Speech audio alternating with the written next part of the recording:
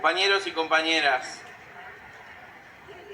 otra vez nos encontramos a finales de abril para recordar a Raúl Sendic y en él a todos y cada uno de nuestros referentes y compañeros. Raúl fue un gran pensador del Uruguay del siglo XX que colocó en agenda muchos de los temas importantes que aún están vigentes. Fue un luchador social con doble ciudadanía. Tenía la ciudadanía rural y la ciudadanía urbana. Revolucionario de la idea y de la acción, de proyección y de mirada a largo plazo, con una fuerte impronta personal, pero que sembró organización por donde pasó. Compañero que tejió en el llano la unidad, haciendo y sumando con su ejemplo y con los pies en la tierra, mirando al Uruguay profundo, que estaba muy lejano de la izquierda convencional. Un compañero que caminó con las penurias del pueblo olvidado a cuestas. Raúl entendió en su tiempo que había que organizar al pueblo para liberarse de los lastres históricos que mantenían inmóvil, subdesarrollado y totalmente desigual a nuestro país. Le contestó a la clase política tradicional y totalmente acomodada. Una clase política funcional a los intereses de la oligarquía nacional y totalmente serviles a los intereses extranjeros. Tenía un profundo análisis y sabía que había una clase política que en varios casos despreciaban al pueblo trabajador, al pueblo rural. Romper esa inercia política histórica y trabajar sobre esa contradicción principal de la oligarquía-pueblo dieron los cimientos de lo que vendría varias décadas después. Quizás en esta premisa fundó gran parte de su pensamiento y acción e identificó los principales desafíos para lograr una patria para todos. La segunda mitad del siglo XX dividía el mundo en dos mitades y muchos intereses. Ante una América Latina tensionada y disputada por esa fuerza, surgían movimientos que comenzaban a interpelar y a interpretar ese contexto. Varios movimientos comenzaron a construir sus procesos de lucha hacia la liberación nacional, a organizar las expresiones populares, comenzaron a causar el descontento, a organizar a los excluidos históricamente, a los explotados, a los oprimidos, a los desplazados, con una fuerte impronta campesinista e indígena. Lo hacían sin recetas, sin manuales, construyendo sus procesos y contemplando su cultura, desde su experiencia, desde sus trabajos, desde su clima y su geografía. Estos movimientos se sembraron por muchos países, poniendo de manifiesto y alertando cómo se articula el poder de las naciones y cómo el imperialismo tenía marcado para cada región un objetivo, perforando la soberanía nacional y atentando contra ella. Intereses imperialistas que lograban imponer regímenes en los países con políticos débiles y serviles, dando golpes de estados en complicidad con la oligarquía nacional, haciendo uso de la fuerza y de la violencia contra el pueblo. Ante estos embates, los movimientos también hicieron su síntesis y concluyeron que la lucha y la defensa no es solo de carácter nacional, que se necesita pensar en la continentalidad de la lucha, que nadie se salva solo ante los objetivos intervencionistas del imperialismo. Estas experiencias estructuraron una manera de pensar la organización en estas tierras, de leer e interpretar la realidad, de construir la estrategia, de dar la lucha desde nuestra épica tupamara.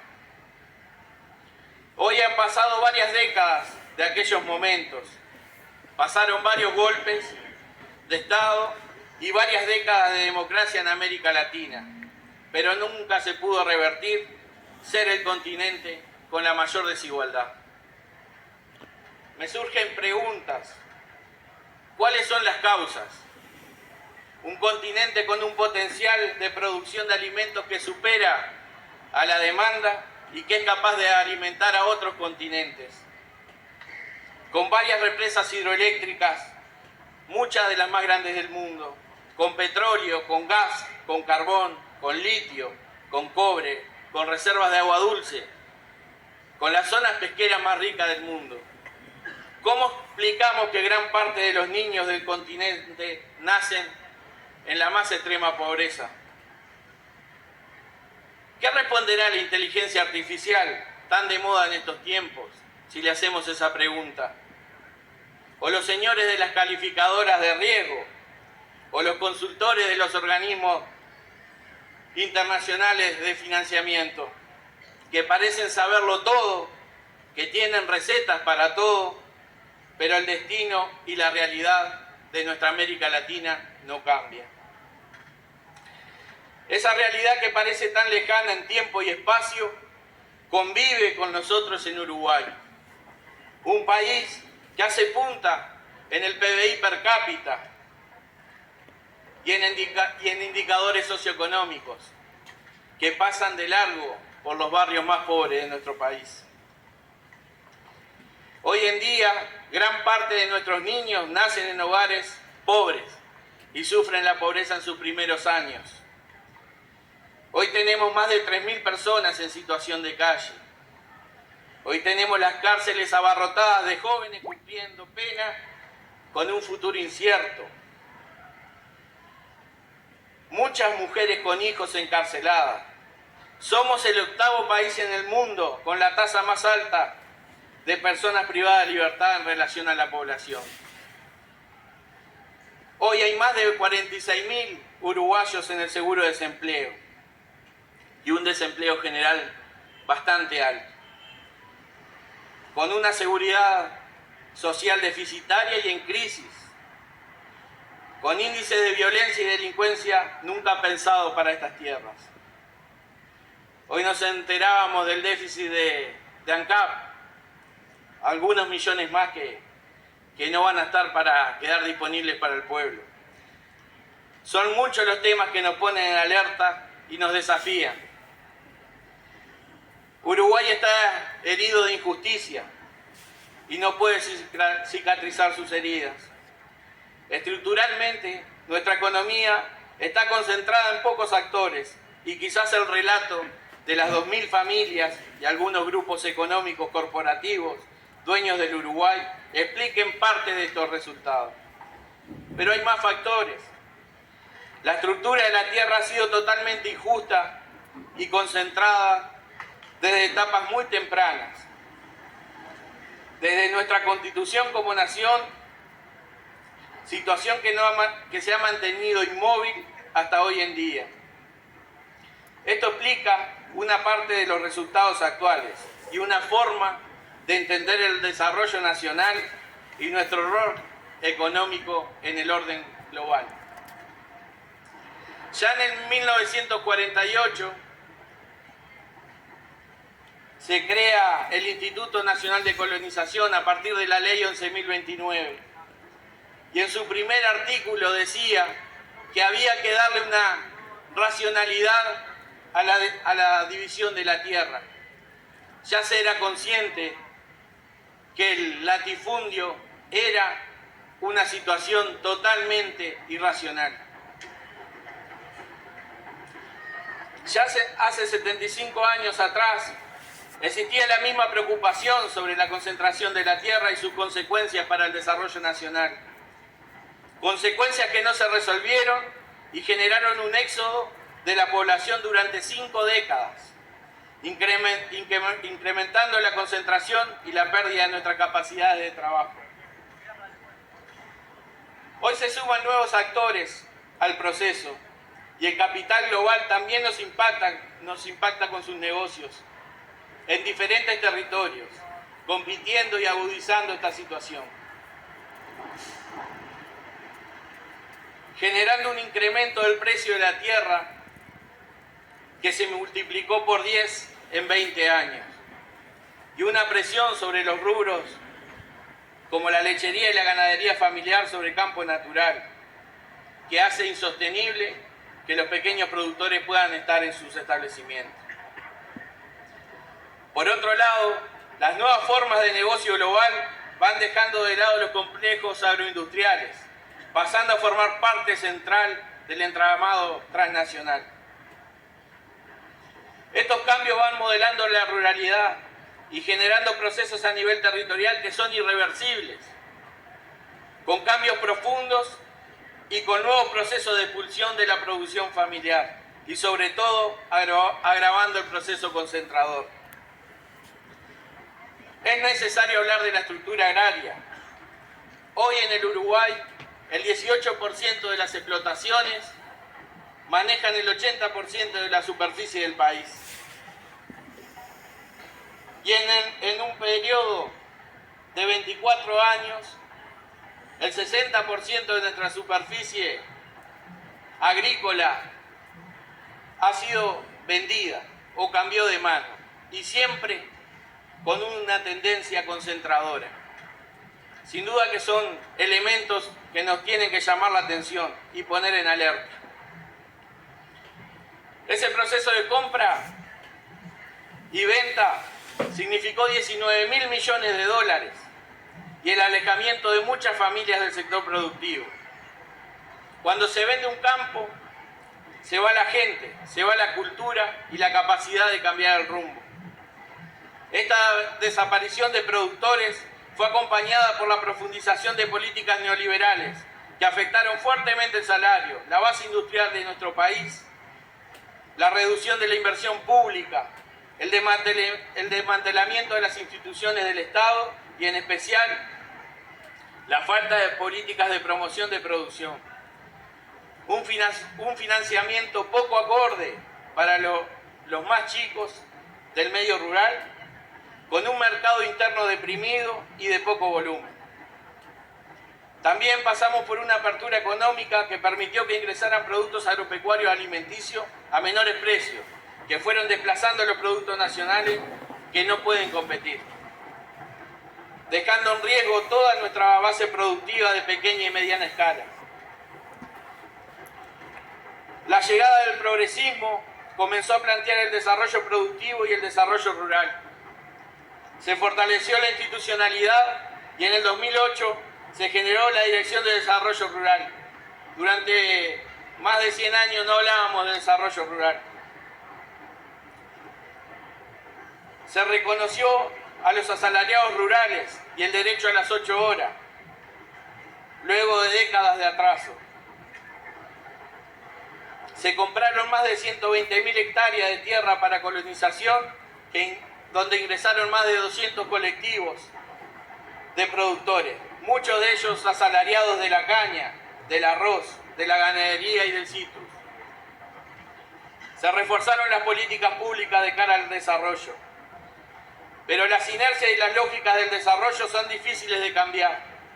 La inversión extranjera directa, el agronegocio, las industrias de la celulosa, la concentración y extranjerización de los frigoríficos y de los molinos, la concentración de la industria láctea, los capitales especulativos que empezaron a jugar fuertemente en el agro y en las cadenas de valor, han hecho un daño irreparable. El lavado de activos, los esquemas Ponzi de inversiones, como lo vimos ahora con lo de Conexión Ganadera, fueron y son factores determinantes que nos desafían y nos afectan, que ponen en riesgo nuestra estructura productiva de desarrollo y también parte de nuestra reputación en el esquema de comercio exterior. Este quinquenio es determinante. Tenemos que definir nuestro rumbo productivo,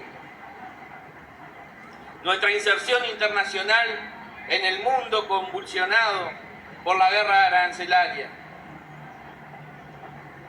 Somos tomadores de precios y eso lo reconocemos, pero es central diversificar nuestra matriz productiva y nuestro diferencial de calidad. Este quinquenio nos desafía a transformar los sistemas de producción a sistemas más sostenibles, donde el cuidado de los bienes naturales y los ecosistemas sean parte central de la estrategia de desarrollo. Tenemos que pensar y poner foco en los sistemas de alimentación de nuestra población. Más de 3 millones de uruguayos tienen que comer todos los días y poco hemos pensado y planificado esta noble tarea. Hay que revisar nuestros sistemas de compras estatales para que sean un dinamizador de las economías locales y de los pequeños productores, cooperativas y pequeñas y medianas empresas. Tenemos el desafío de mirar hacia el mar, ese tesoro productivo totalmente olvidado.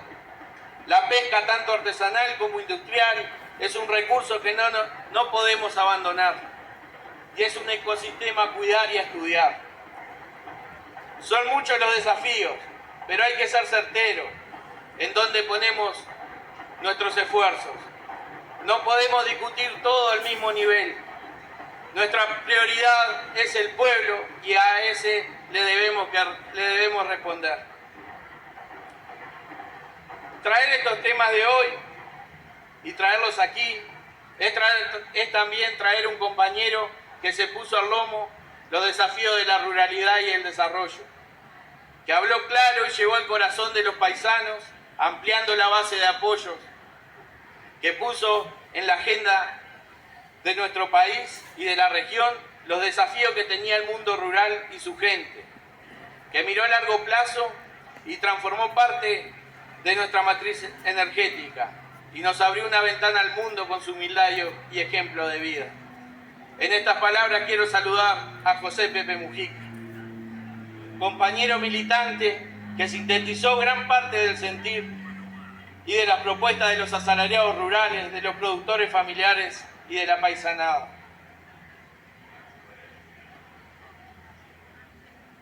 Es necesario revisar de dónde venimos y saber por qué y para qué nuestra organización nos puso en esta tarea.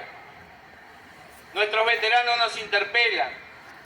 Somos hijos de militantes sociales, de revolucionarios que dejaron su vida en la transformación social, que cargaron heridas, que cargaron años de cárcel, que dejaron el cuero en la estaca, pero sobre todo nos enseñaron a cultivar la esperanza, a construir organización, a caminar en los terrones duros de la realidad. Ahí está el Bebe, Sendik, caminando con nosotros y en él todos los luchadores de América Latina. Habrá patria para todos, compañeros.